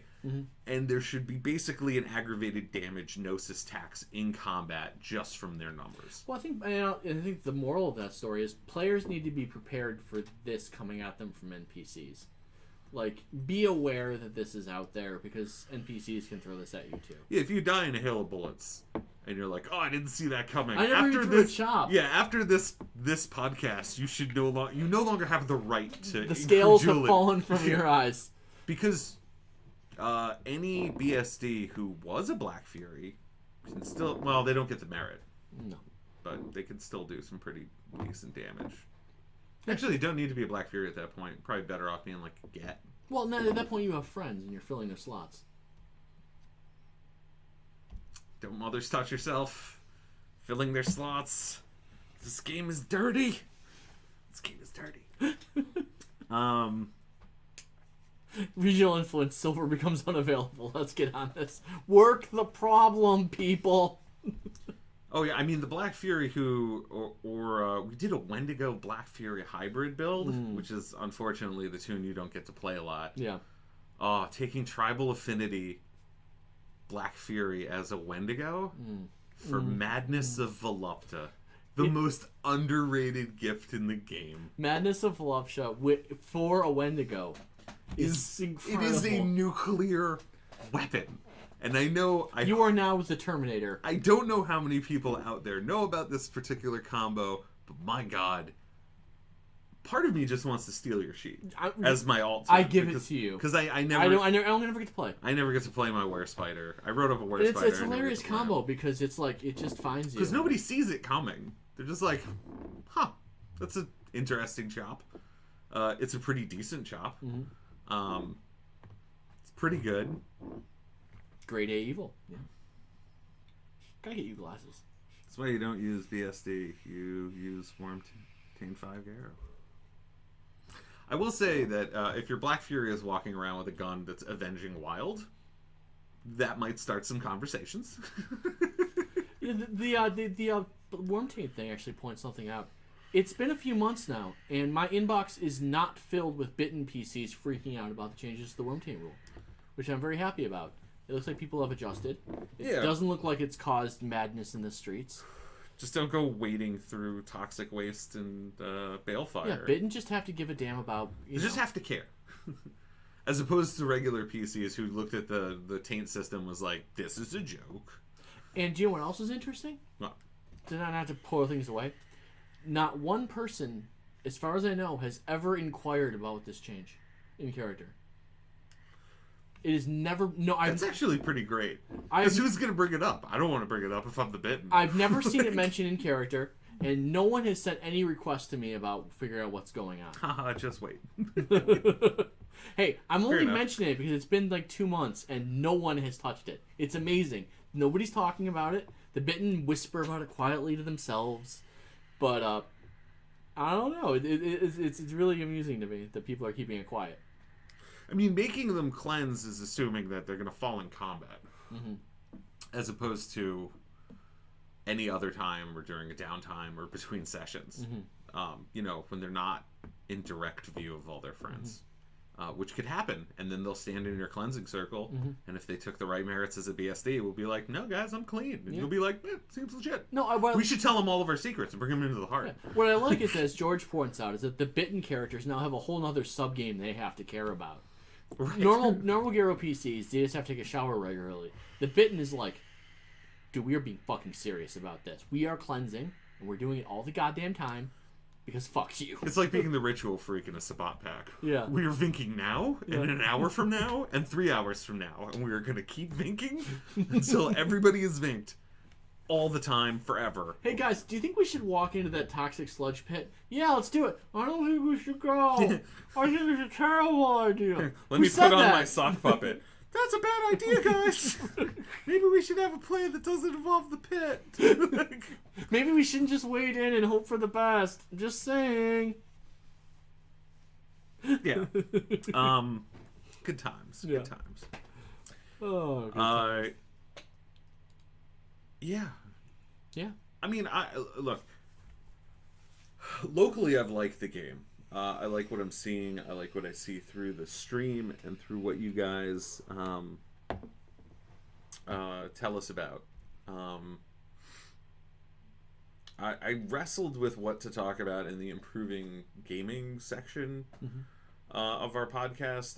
There's been a lot of things in the sort of Facebook political zeitgeist, but I feel like a lot of it's well-trod ground for things that we've talked about a lot. And I don't want to bore people with repetition, although some drums I will keep drumming constantly to affect change. I think to get serious for a second, one thing that does come to mind that I think is important. This is our serious thing. I folded my arms. I leaned back a little bit. It's just because it's just the whole Me Too thing. Like, yeah, and I think one of the things that really brings to mind about it is something I've had in mind for a while now, is that like seeing things at game that you know are completely inappropriate and not saying anything and looking the other way, as a player who's not affected by those things, and I should be. It makes me feel ashamed. Especially think of even some local situations about things that people kind of knew about for more than a decade, and nobody said anything. Nobody acted on it. Yeah, well, and that being it's something that we did talk about following the article about various. It came up in the board of directors election. There was a great article about things you can do and pledges you can make moving forward, just in gaming. I think it was pitched more towards specifically Nordic LARPing, but it's applicable to all games. It's pretty much applicable to all hobbies. It doesn't really matter. Like these things aren't acceptable in gaming. They're also not acceptable in a bridge club. Right. Like they're not acceptable anywhere.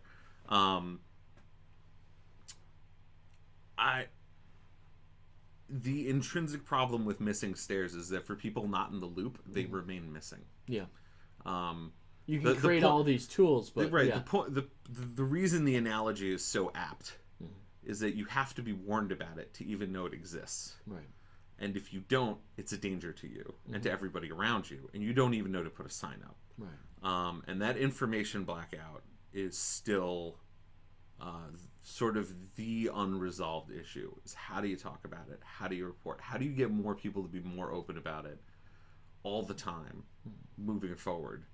And I feel like gamer culture tends to be snipey. Whisper campaigns tend to be a lot more common than anybody using names. I get eternally frustrated on Facebook, and not just gamers. This came up with the Me Too campaign with Terry Crews. Terry Crews, during the campaign, related a story where he was sexually harassed by some big shot producer who groped him, and he's like, "I'm Terry Crews. I'm like, 6'3" and like 250 pounds of muscle, and I still felt powerless because this was a producer. I mean, I worked for him." And he's like, "I felt lucky because I got an apology later." Still didn't name the guy. Yeah. It's like, just didn't. Because of the power differential, and right. Part probably. And, there's a lot of talk about, because of Harvey Weinstein and people getting in on that, but there's a very unresolved issue of people who are in power and who are still profitable to the powers that be are still protected. Jeepers Creepers 3 is coming out. The director is a convicted pedophile and registered sex offender. There's a little protest. I saw a little bit of that online. Bryan Singer's had multiple allegations against him. Going back years, yeah. Was it Corey Feldman is now, or Haim? Yeah. The one who's alive. One who's alive.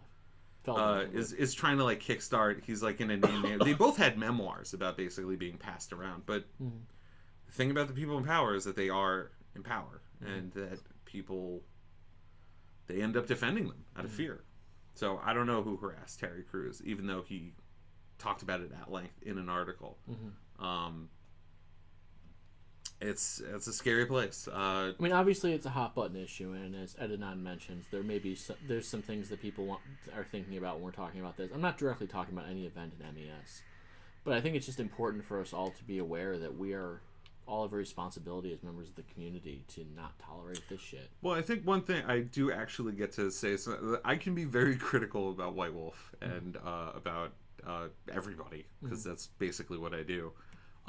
There was a photo used to advertise a game, which I think they used a photo from a different game where a guy is touching this woman's chest, and she looks very uncomfortable, and people were like, this is not okay. And the White Wolf guys just kind of appeared in, and they were very cool about it. And they were like, "We did not okay this. You're right. This is a very problematic photo. We told them to change it. They changed it. We're doing everything like we can." I think that's the response you want to see from a corporation. Like, I mean, there's the fact that they came in and were like, "Look, they didn't say it's not our problem. We don't run that." They were like, "It wasn't us, but we did contact them." And we were like, "Please don't do that. That's not okay. We have, no touch rules or no consensual or no non-consensual touching rules. Like, don't use this photo to advertise for our games. Like, that's not good." And that was really nice to see. That's really nice to see, because a lot of what we talk about sometimes feels like just yelling, being a voice in the wilderness, or a certain amount of there's a lot of posturing and there's a lot of Sturm and Drang, but you don't actually see a lot of change or actual responses. So I want to give a tip of the hat to the fellas over at White Wolf and gals, both of them, all of them. I forget the name. DeFrost, do something. I don't recall. The actual person who did it, good on them. Cool. Really, really jumped in on a Facebook thread and sort of got all sorts of questions and things like that. So very cool. So yeah, that was nice to see. But yeah, I mean, in general, just if you see something at game that you know is inappropriate, if you see something, say something. Yeah, it's simple as that. It's the same thing as on the subway ads. Don't check. Also check. Yeah. I feel like a lot of people are like, well, you could just assume that it's consensual and they already worked it out beforehand. I'd rather not. I'd rather ask. Be like, hey, guys, there's a no touch rule, and you're throwing out a life preserver. If it's not needed, no one will take it. But if it is needed, it can help people who are in an uncomfortable or unpleasant situation, and you're giving them an out. I don't have to deal with a lot of that because I'm a giant lummox, and I think no one wants to just run up and grab me. But depending on different characteristics in people, they have to put up with, pardon my French, but a lot of fuckery. And, you know, if we're going to be a community, because we are, we have to look out for one another. This would be true in a bridge club. It's true in LARPing. And making sure everybody's on the same page and enjoying game and not being skeeved out.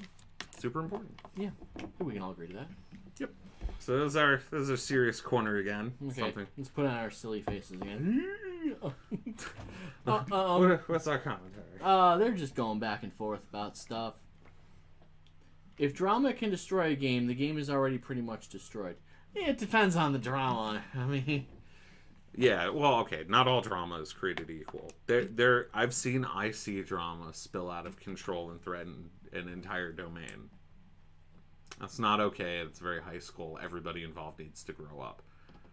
Somebody intimidating, inappropriately talking to, harassing as a term of art for the violation or any other misdemeanor or high crime they may be committing, that surpasses and transcends mere drama. Mm-hmm. Like if someone was, say, actively giving away PDFs of the book at game, that's not just drama. They're committing a crime, and it shouldn't be tolerated. And when criminality like that, for lack of a better term, is tolerated and ignored, I think that will often destroy a game. I mean, I think a healthy game can be destroyed very quickly by just too many people not taking action. Yeah, inaction is exceptionally dangerous because it sets a precedent and it helps the worst elements. Yeah. So lean on people, talk to people you like or trust. Don't put up with it. Bring scenes to a screeching halt. If it's not okay, it's not okay. And if that derails game for a few minutes, let it. That's fine. I've seen people sit in a combat for 5 hours. You can take the time that you need as a player and derail a scene and cost a few hours.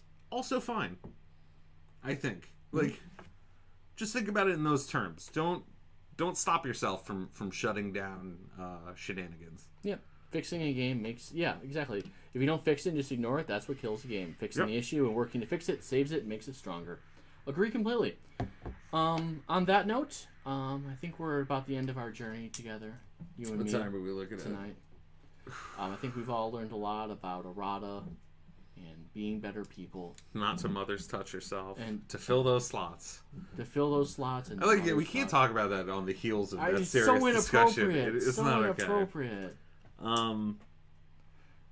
So... Have a lovely night. Have a lovely week. We'll talk again soon. You princes of MES. You generals of the Garu Nation. Kings of Leon. You kings of Leon. You wonderful people out there. Next prospectively will be 2 weeks from now. I'm gonna try to shoot 11th? I'm gonna try to shoot some video for the mass combat demo at next game. If we have a mass combat, I'm gonna try to shoot some video of it so we can talk about running a mass combat. The idea would be to shoot some video and then have us clever bastards talking over it and watching, just kind of... Sadly, I don't think... You're not going to be there? I've got a bachelor party I have to go to. No, it's during the day. Remember, it's the day event. We'll talk about this I don't know. Well, look, this has nothing... There's so many faces floating. I know, look at them just drifting by. Look at them all. Those beautiful faces. You turned on emojis. No, I turned on emojis. All right, it was a pleasure talking with all of you. I hope to do it again. Thanks for watching. You guys are why we do this. Yep. Cheers, all. Good hunting to you. Be well.